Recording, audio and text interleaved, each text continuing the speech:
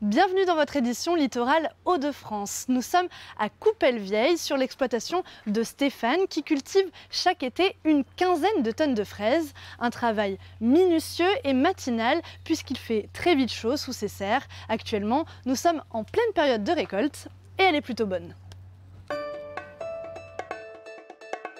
Sous ses serres, 4000 m² de culture, des centaines de pieds hors sol. Depuis 5 ans, Stéphane Alice cultive une variété très prisée du grand public. Donc ici, il y a uniquement des fraises de saison et c'est uniquement de la Dark Select. Donc c'est une fraise plutôt ferme, plutôt gros calibre en début de cueillette. Pour l'aider dans la récolte, qui s'étale de juin à septembre, l'agriculteur a embauché 6 saisonniers. Donc voilà, ouais, tu prends celle-là, c'est les plus mûres. Pour Mérine, 18 ans, c'est une première. Donc j'ai appris en avril, du coup la première étape du métier c'était de faire le feuillage. Donc en fait c'est trier les fleurs comme ça, des feuilles pour que ça soit plus facile pour la cueillette. Et ensuite on a attendu que les fraises rougissent et puis là on est en pleine cueillette. En fait je cherchais un job d'été qui était nature, pas trop de hiérarchie non plus dans un bureau en plein été. Donc ça correspondait à toutes mes attentes. Quand Stéphane reprend l'exploitation de ses parents, il cultive des céréales et du colza. En 2019, pour diversifier son activité, il choisit la fraise, un fruit populaire et de saison. La production de fraises, c'est surtout en hors-sol, c'est assez technique. L'idée, c'est de produire une fraise qui a du goût. Donc, ce qui fait que c'est une culture assez technique à suivre régulièrement pour justement amener la fraise la meilleure à nos consommateurs.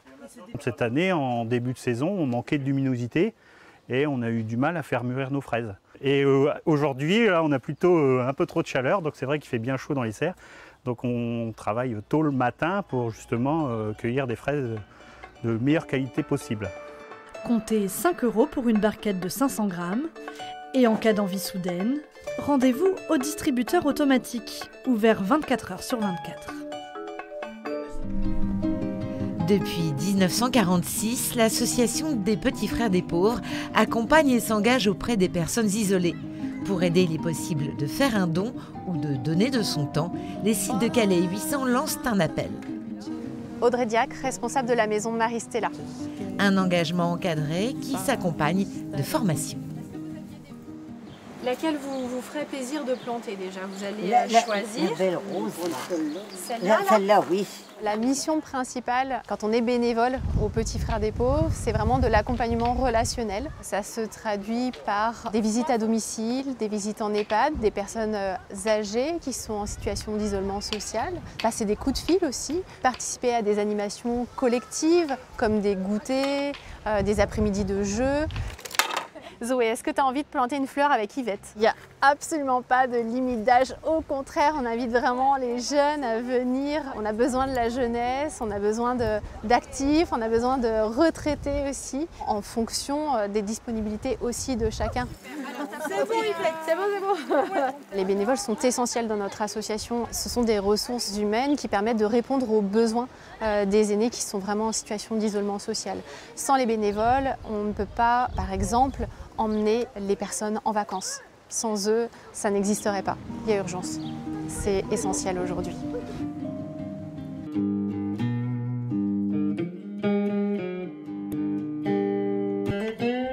Terminons cette édition sur un air de fête de la musique. À Coudekerque-Branche, Anthony Salomé a changé de vie pour créer ses propres cigares box guitare.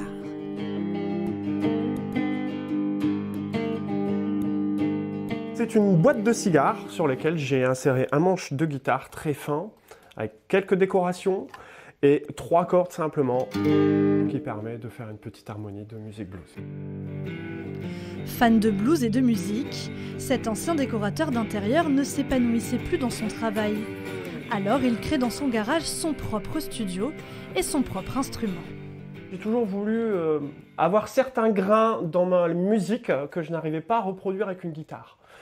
Il a fallu que je tombe sur, un artiste sur Internet qui m'a ouvert les yeux un petit peu sur le fonctionnement et qui permettait de créer vraiment une tonalité spécifique blues américaine et sur un instrument qui reste quand même très très simple à jouer, sur lequel on peut faire beaucoup d'improvisation.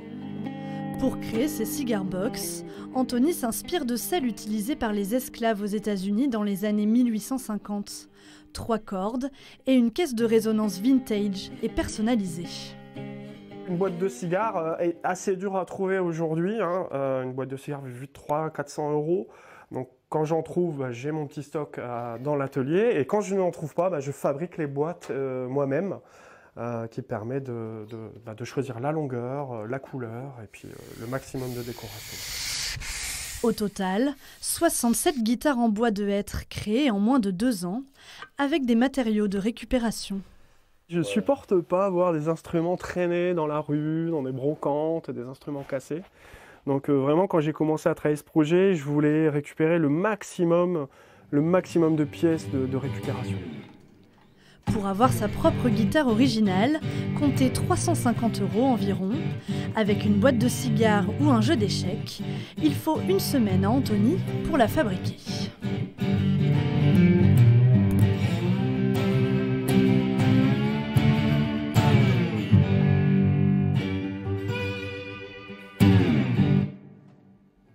C'est la fin de cette édition, merci à vous de l'avoir suivi. Vous pouvez retrouver tous nos reportages sur le site hdf.france3.fr. À bientôt.